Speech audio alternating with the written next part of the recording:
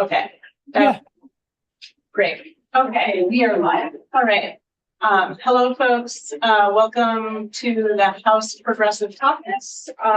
This week is a special week organized by Senator Tanya Wachowski, where we're going to be learning a lot more about an issue that is going to be coming for a vote this year, juvenile justice issue called Raise the Age. It's been debated in the House Judiciary Committee so far this year, and it's something that progressives are paying very close attention to.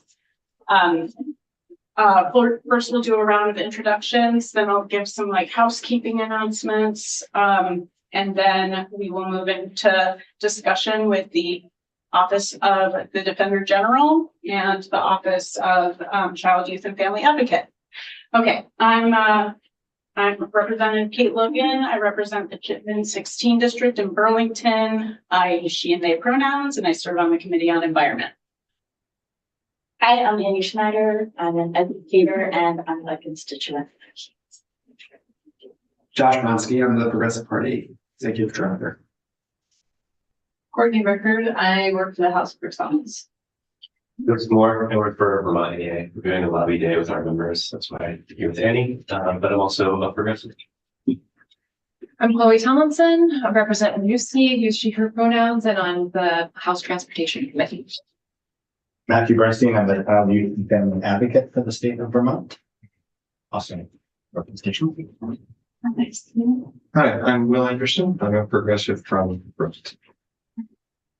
Lauren Higby, she, her pronouns, Deputy Advocate of the Office of the Child, Youth, and Family Advocate.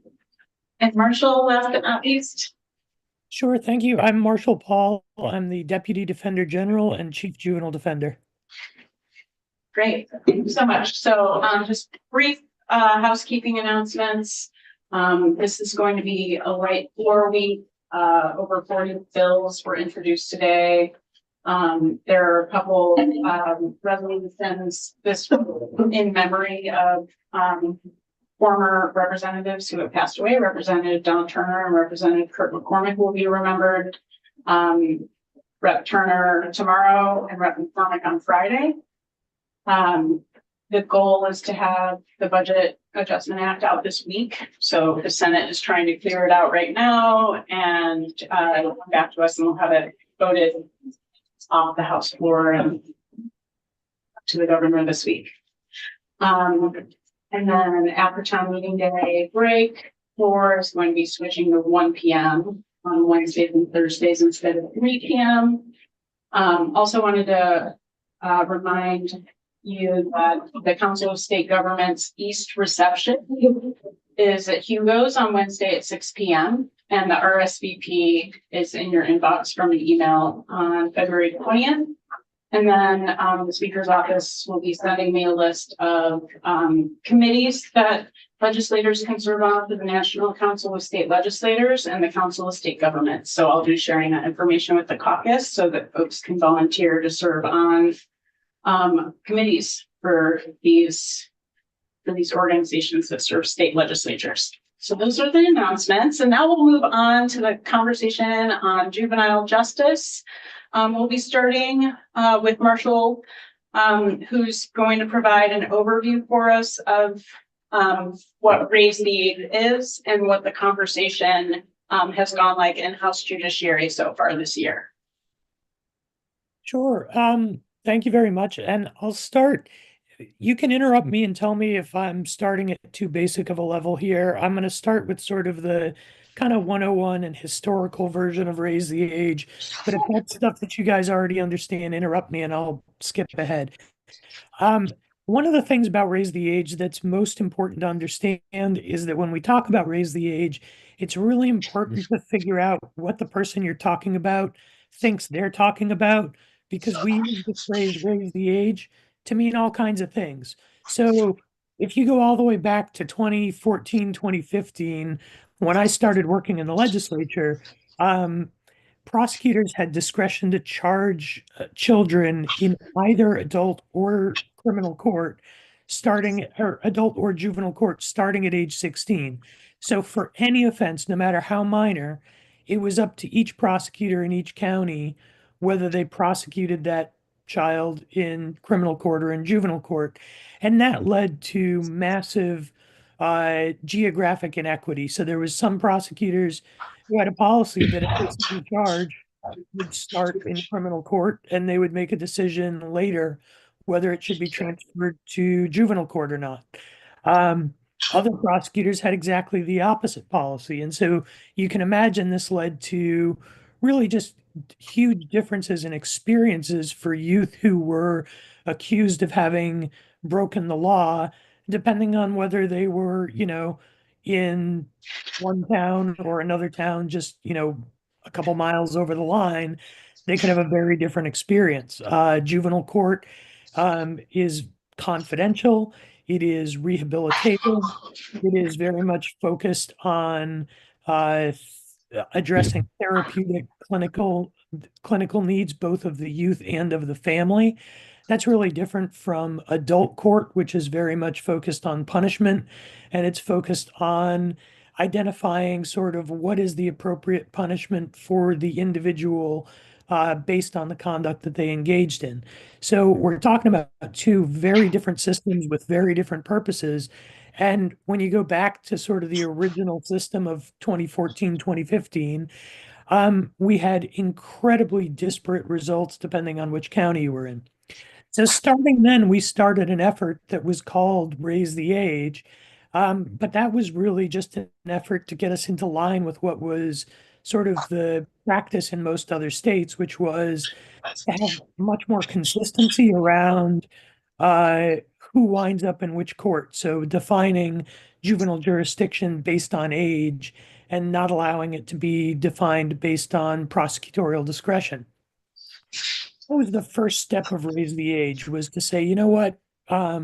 Everybody under age 18 is going to be treated as a juvenile unless there's a motion made to transfer their case to criminal court, or unless they are charged with one of what used to be called the Big 12 offenses, which are sort of the most serious felonies: murder, manslaughter, arson causing death, burglary of an occupied dwelling, offenses like that, which presumptively start in the criminal court starting at age 14.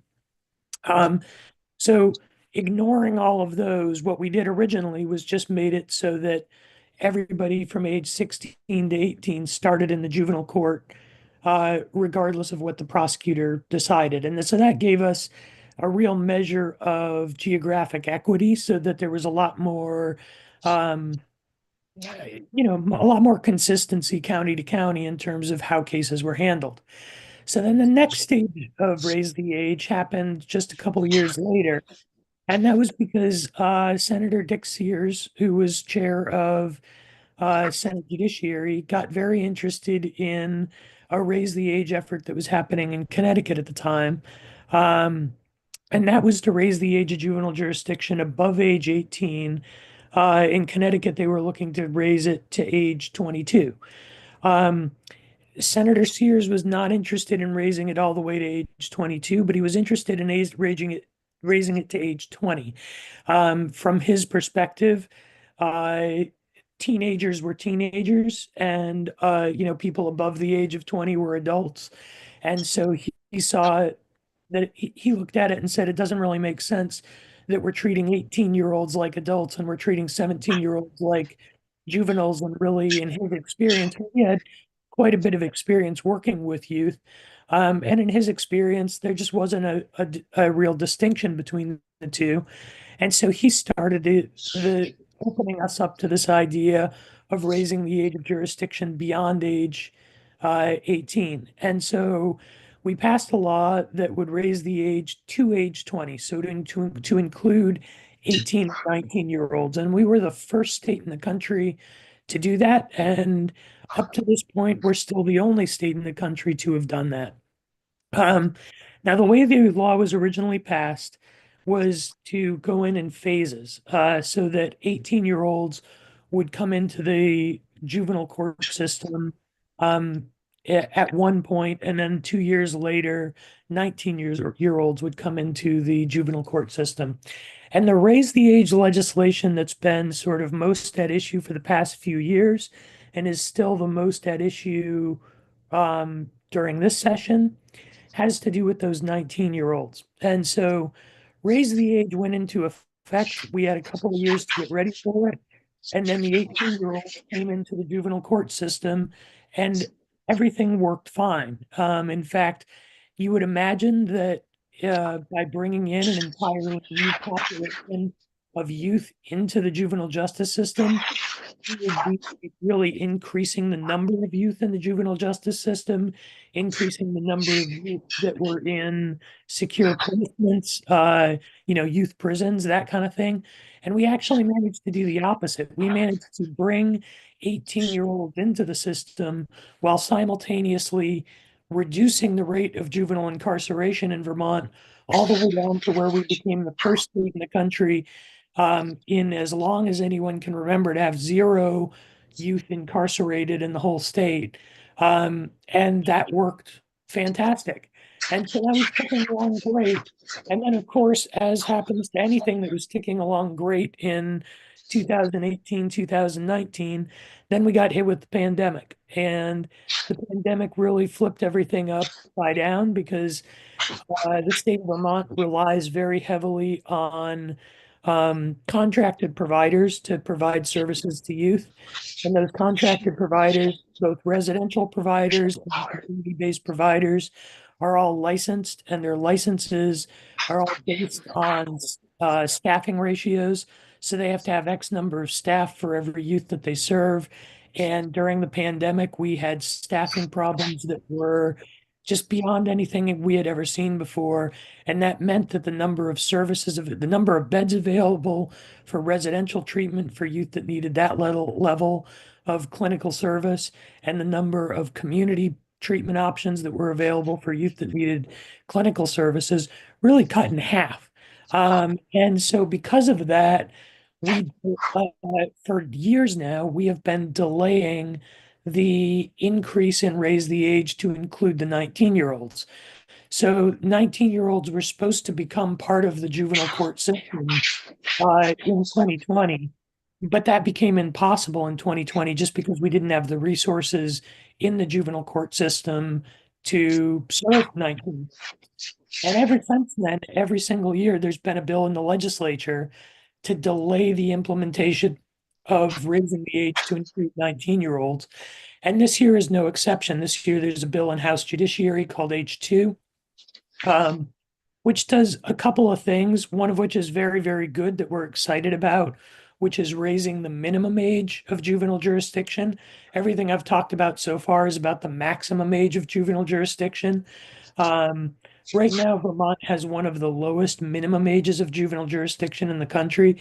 So we're one of the only states where somebody as young as 10 years old can be charged with an offense in juvenile court.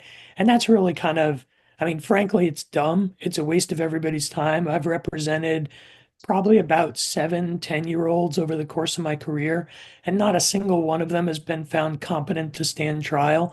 Just developmentally, 10-year-olds are not at a place where they understand the judicial process enough to participate in it. So it's kind of a waste of time that we allow 10-year-olds to be prosecuted anyway, because none of them end up getting prosecuted. They end up getting dismissed as incompetent. But we have to go through a lot of process in order to get to that point. So that part of H2 is a really good thing. But another part of H2, again, delays the expansion of raise the age to include 19-year-olds for another 2 years. And I will tell you that our office's position on that is a pretty confused one. We are very disappointed that it looks like raise the age will be delayed for another 2 years. That said, we did not come into to House Judiciary opposing that provision. And the reason that we didn't oppose it is because from our perspective, there's not enough resources in place right now to bring 21-year-olds into the juvenile justice system. And what we fear more than delay is failure. If we were to raise the age right now and have 19-year-olds come into the system right now, there would not be adequate resources to support them. and we would be essentially providing less than adequate services and really increasing the chances of something going wrong in a way that is would be negative for the community, negative for the youth, and would really, excuse me, would really affect the chances of Rated BH being successful in the future. So while we're really disappointed that the resources are not there for BH to take place, we're not opposed to the delay that's been proposed in H2. We're just disappointed by it. I don't know if opposed and disappointed are if there's really a meaningful distinction there. But that's where we're at, is we're not opposed by it. We are disappointed by it. But we do expect, there has been a lot of progress made over the past few years to increase resources, to increase residential treatment beds, to increase the availability of therapeutic resources in the community. And so we're very hopeful that this will be the last delay.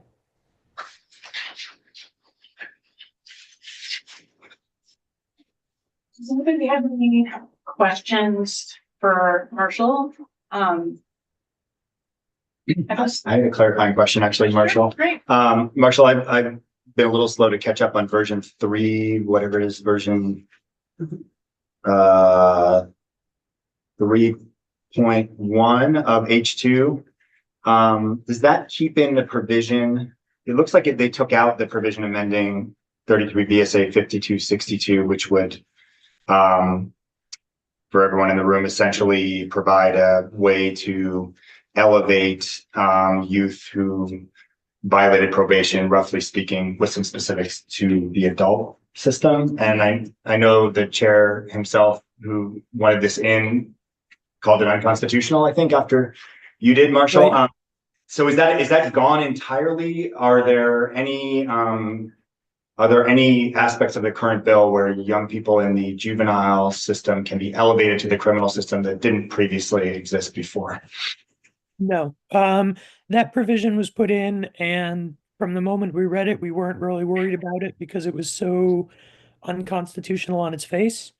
That it was really simply a matter of just pointing out that that was a question that the U.S. Supreme Court had addressed directly and had found unconstitutional, and it was removed after that. Thanks. And is there anything else in H2 that you think is really important for all of us to know about? And I think the two things we heard so far were raising the minimum age. I think we can all agree that that's a good idea. And then the 2-year delay. Anything else that we should be thinking about in the current version of H2? No, from my perspective, the other things that were discussed have mainly had to do with what DCF custody means for people who are over 18 versus people who are under 18. And honestly, I think that discussion is a little bit of I think we're kind of chasing our tail in circles there. I honestly think that all the language that needs to be in statute is already in statute. And if they had clarifying language, that's not going to affect the substantive law at this point. I think DCF already has the authority that they need to take people over the age of 18 into custody if that's necessary. And I don't think that any clarifying language will hurt anything, but I don't think it'll change anything either. Thank you. I have a question, Marshall. I'm wondering, you mentioned that if we are delaying this effort by 2 years, you're hopeful that in that time frame we could increase the capacity needed in the judicial system to make this successful. Are there, what are the specific steps that you see, need to be taken? Are there current efforts to make that happen? Are there bills that are in the works that we should be paying attention to around addressing that capacity gap? And honestly, I think that it is entirely administrative and not legislative. It's not so much the judicial system I think the judicial system is ready to handle this. I think it's DCF's system of care that's not ready to handle this. And that really has to do, DCF relies basically entirely on contracted outside providers, mostly nonprofit, some for-profit providers that provide clinical treatment for youth in residential settings and in community settings. And that's really what fell apart during the pandemic, and that's really what needs to be put back together. And so that really needs to happen at a DCF level. It's about where does DCF have contracts, and do those providers that DCF has contracts with, do they have the staffing they need? Do they have the resources they need? Do they have the facilities they need? So it's unfortunately, I mean, I wish I could just say that there was something straightforward that the legislature could do. But due to doing this all through sort of outside contracts, it really is more administrative than legislative, I think. Thank you. And I, following up on that, I am not as familiar with the amount of resources that's being allocated in terms of like the dollar amount that's being allocated for DCF. Has that amount increased since the pandemic? I could not give you an answer to that question. I'd have to look. My guess would be that the answer is that it's decreased because since the pandemic, DCF has had less youth in custody. And generally that's really the determining factor on what that line item looks like, is the number of kids in custody. So they are increasing the amount of resources available to them in anticipation of serving more youth? I do not know the answer to that. I know that I don't know the answer to that, and I can't speak to that. I think you'd have to hear from DCF. Okay. I could speak to our impression of that. I mean, Oh, I yeah, think yeah, if your question, Representative, I think one of the reasons why we are opposed to H2, despite again the important step of raising the minimum age, is the delay. And I think what the delay signals is a real lack of will to make this bill successful, make this law successful. And raise the age is something really for Vermont to be proud of, like truly. And we've abandoned that position. I think this issue, for whatever reason, has become politicized, and it's not really about whether they're, from my perspective, not really about whether the services exist or not. When the 18-year-olds came in on phase one, they were incorporated. I would submit, and we keep saying this, and DCF has never objected to this. No problem. And in fact, the numbers show that the total number of youth being served by DCF actually went down, which doesn't even make sense, right? You'd expect there to at least be some sort of increase when you're adding another age group. And what's happened since then is, the numbers that DCF presents on this, they aren't accurate numbers. And I don't mean precise. I mean, they're intentionally not bringing forth the relevant information that would allow us to make this assessment. What they do bring forth lumps in, as Marshall said at the beginning, like depends on what your definition of raise the age is. They lump in the youthful offender population, which is the blended sentencing, which is related to but separate than raise the age.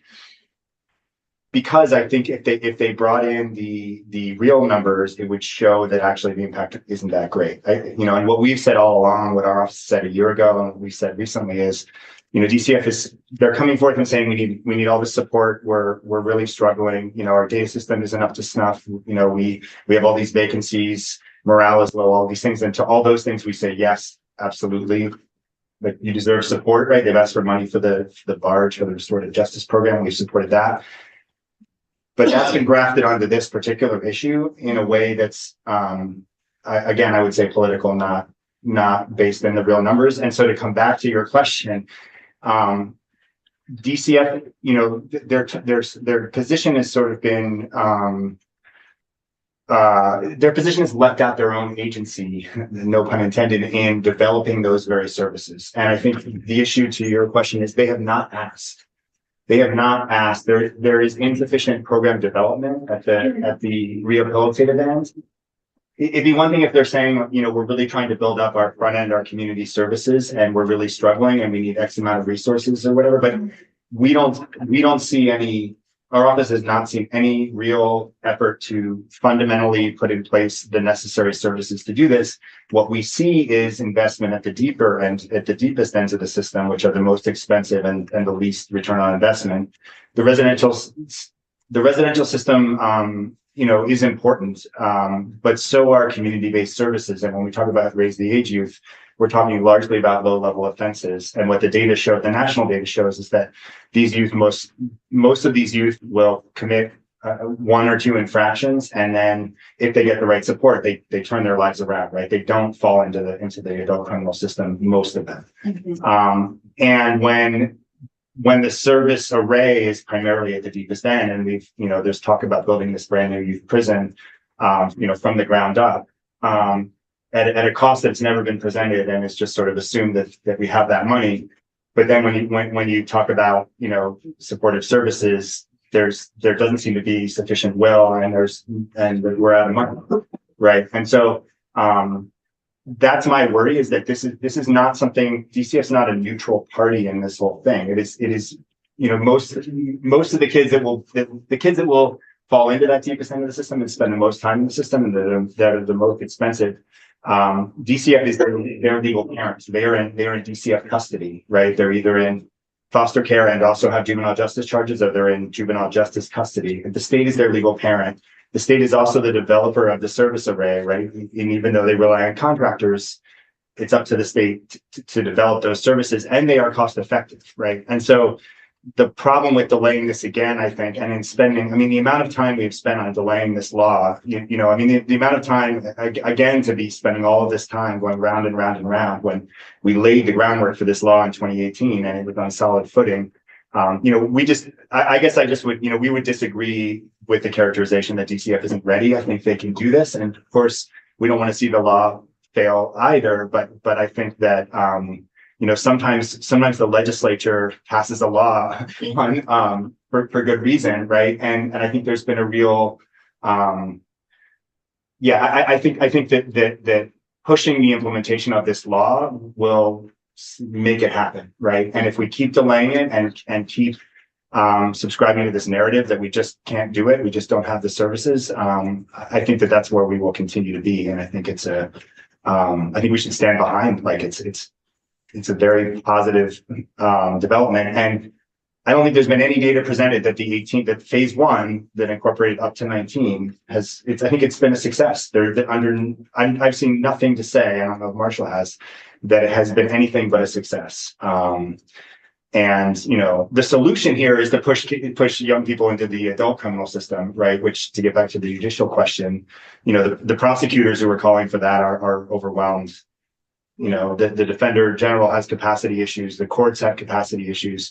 So I think like a lot of the focus has been on like, we're not ready, we can't do this, but I don't think there's been sufficient understanding of like the alternative is to have these young people slip further and further into the adult system, or the deep end of the system of either of the systems. And, that's not helpful, not productive, et cetera. So I will stop. I appreciate that. I was hoping you could potentially give us an example of what that experience might look like, those two divergent experiences might look like for a 19-year-old who's, being charged with a relatively low level offense.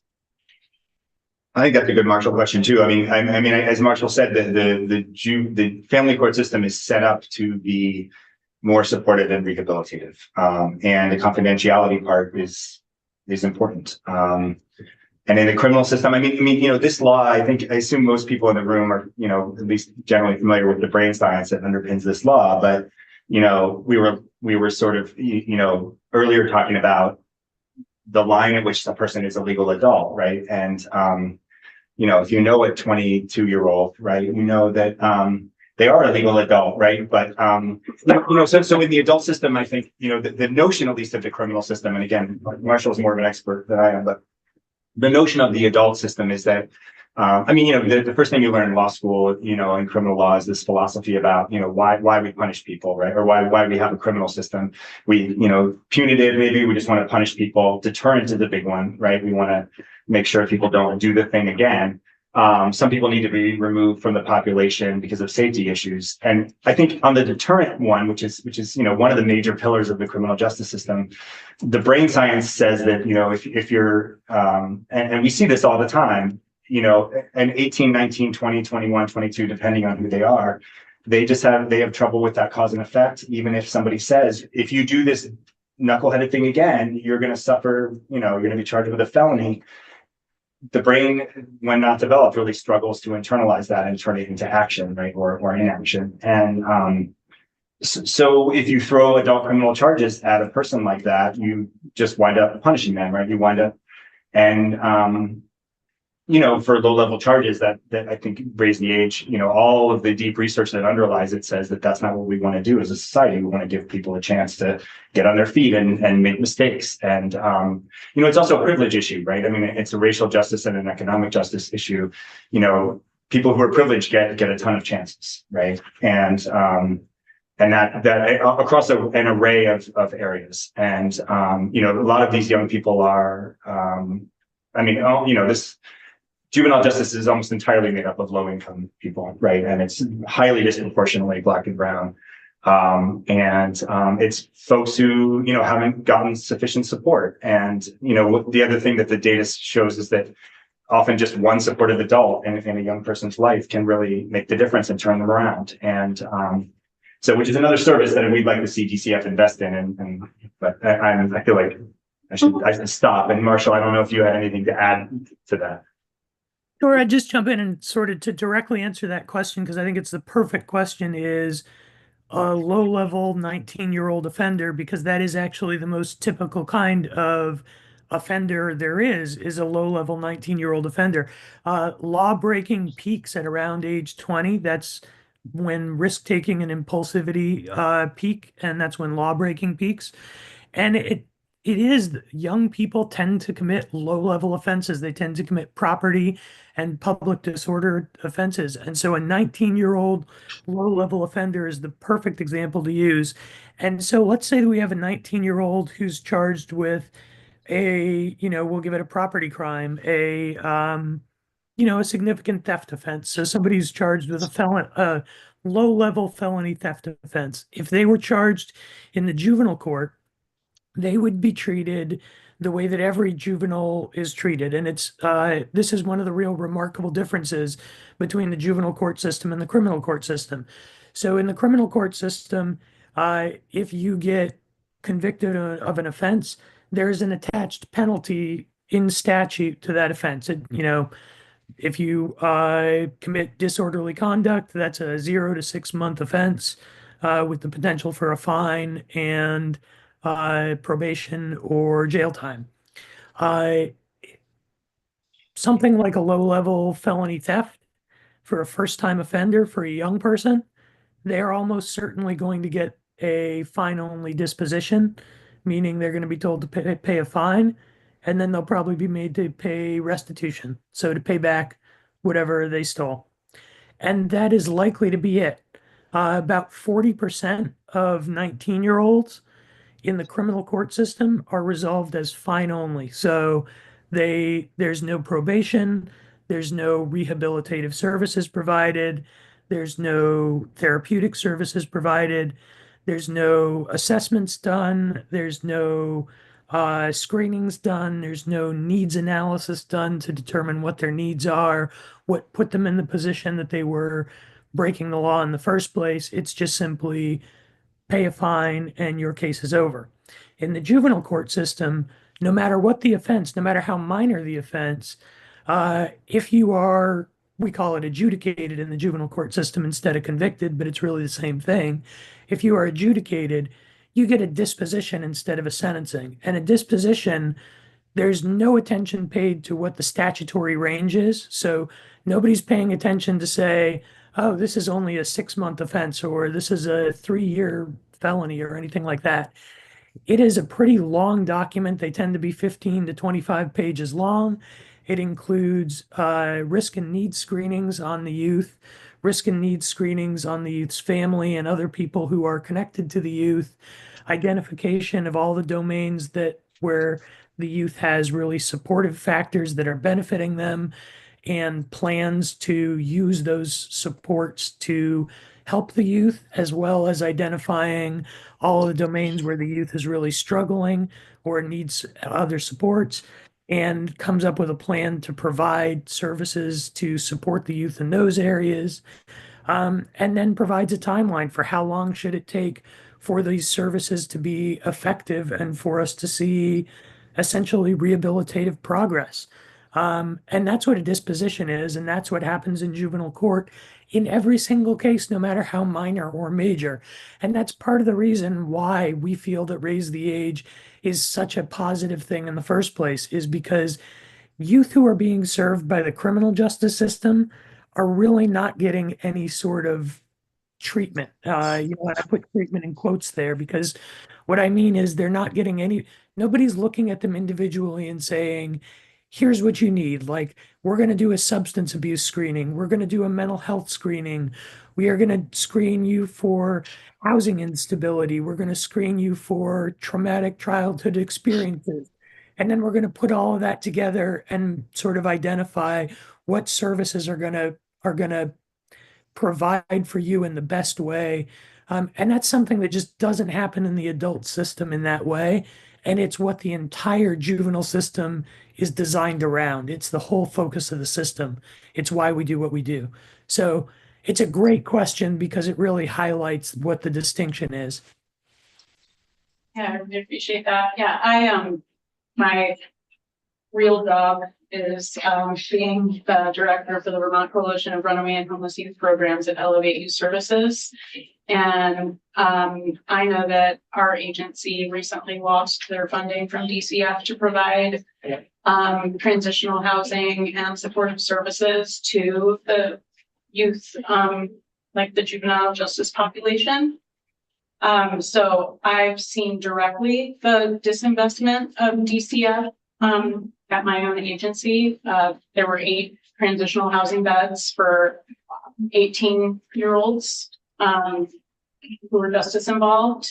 And so I've been trying to understand a little bit better, obviously also as a legislator, what that funding source had been, why those funds were removed, were they given to another community service provider, or are they really just clawing back the community service aspect of their programming and expanding, like what you said, like the deep end kind of services rather than these supportive services, rich environments.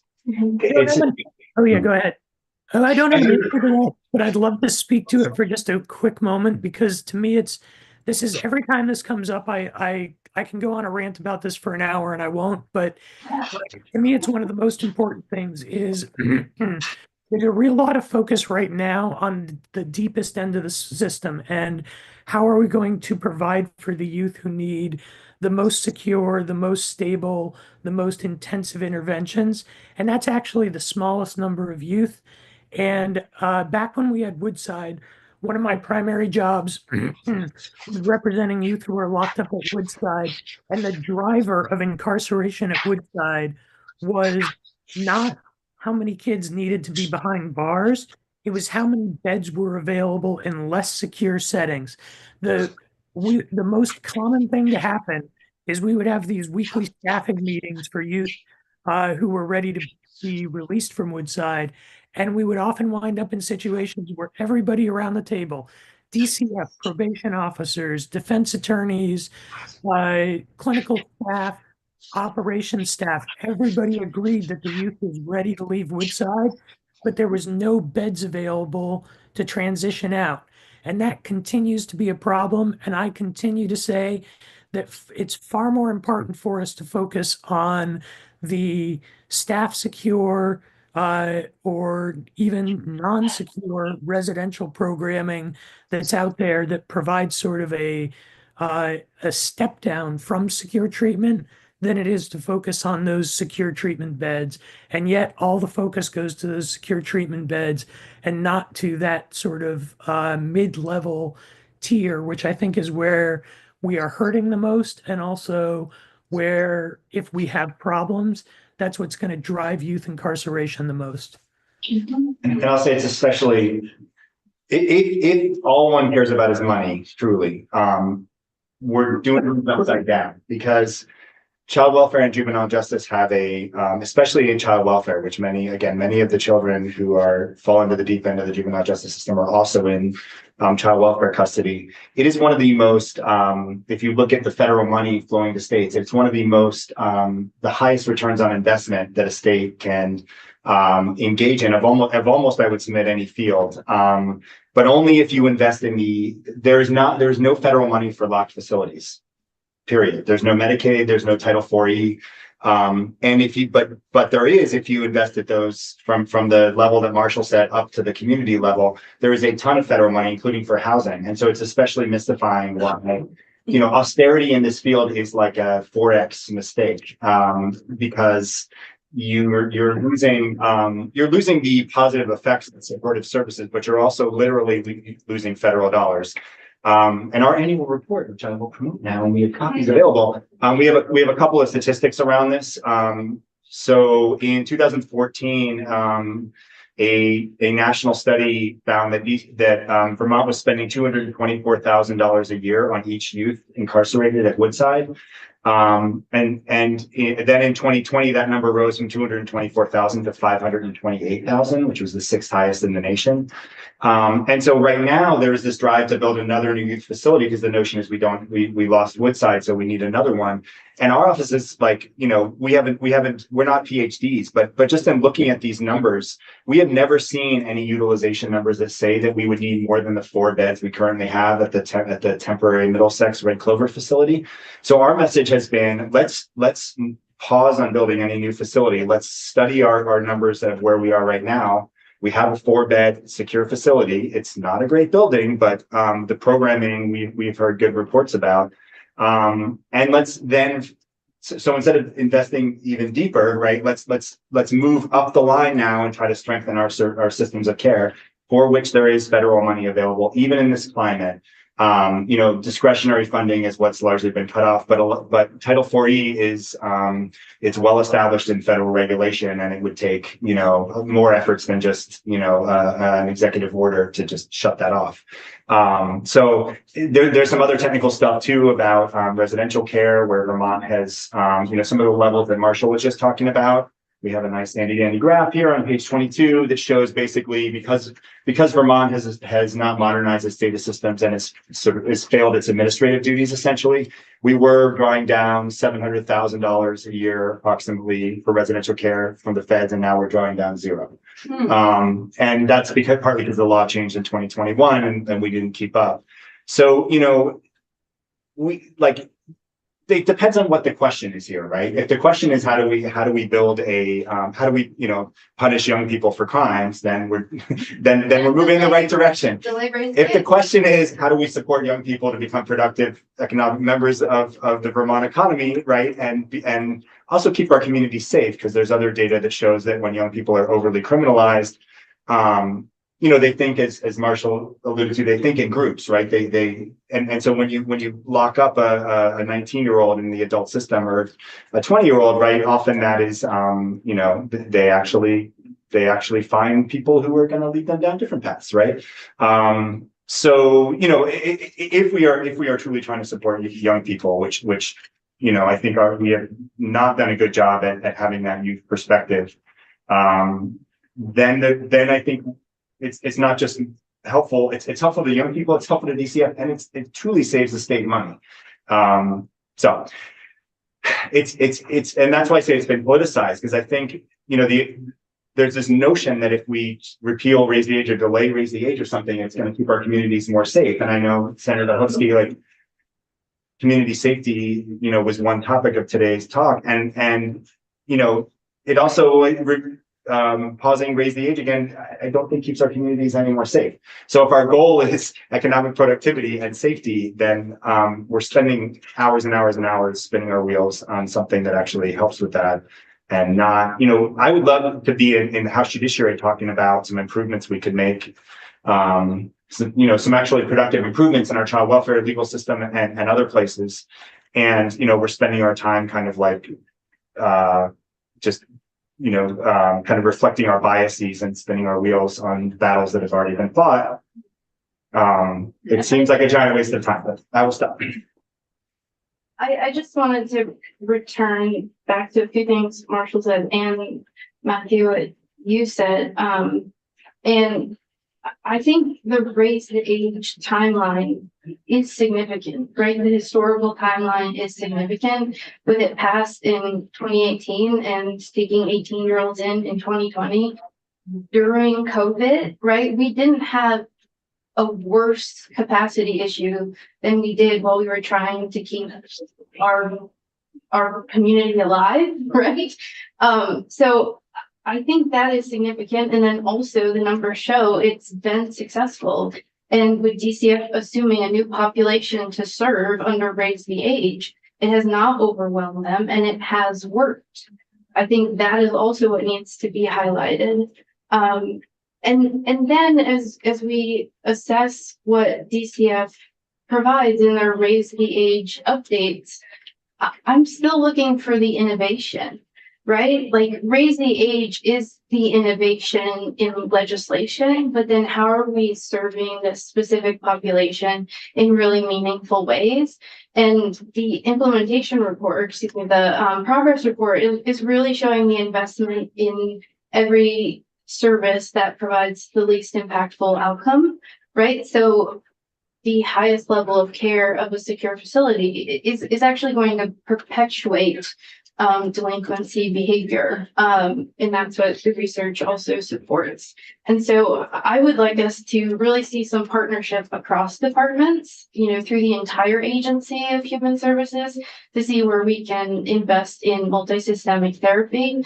Anecdotally, DMH told me it was too expensive to implement, yet that's one of the most effective models to serve this population. Same with family functional therapy, right? And so that's really the next step of innovation that I'm looking for. Last question. First and last. Sorry for being late, in the last few minutes here, I'm wondering, and I think you've alluded to some of this, if I had hoped to have the Columbia researcher here who would done some of the look at, because from my view, this Raise the Age is actually an investment both in economics, but in public safety. And I'm wondering if you can speak a little bit to the Columbia research that sort of indicated the just wide scale positive outcomes for communities and individuals of this policy and policies like it. I wonder if, Marshall, do you have that off the top of your head? I don't, but honestly, you should have Lael Chester in to talk about it. She's the Columbia researcher who did it. She's no longer at Columbia. She's at NECAC, but she is still following everything that's happening in Vermont and very happy to talk about Vermont Raise the Age and everything related to it. She's, in fact, she's been participating in some of the meetings of the Council for Equitable Youth Justice, addressing these issues. So I have her report right here from January 2024. And she wrote, the purpose of this legislation was to increase public safety, right? So by providing more effective, developmentally appropriate responses to system-involved youth, Vermont's law seeks to support youth in desisting from crime and successfully transitioning into healthy adulthood. In general. And then she analyzed the data available in Vermont, and her findings were specifically looking at the first 6 months of implementation of the 18-year-olds. And there was an exceptional high rate of diversion and an overall decline in the number of filings and delinquency cases for all youth, right? So it was really a systemic impact as well. I think it's important to know, we just received the numbers that DCF has even lower rates of children and youth in custody than what our annual report was at December at the time. So that trajectory continues to trend downwards.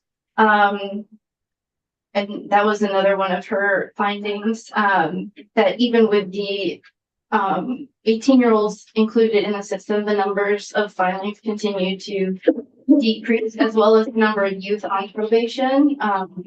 So that those are some main points she is to point to the success of her stage. Thank you. Well, kind of wrap up and get back to it. Thank you so much for Thanks for having us. being here today. That was extremely helpful for me. And I know that I personally will be voting no on H2 if it comes to the floor this way, but we'll be doing whatever we can in the meantime to slow things down. Thank you. Yeah, thank you so much. Thanks, Marshall. Thanks, Mark.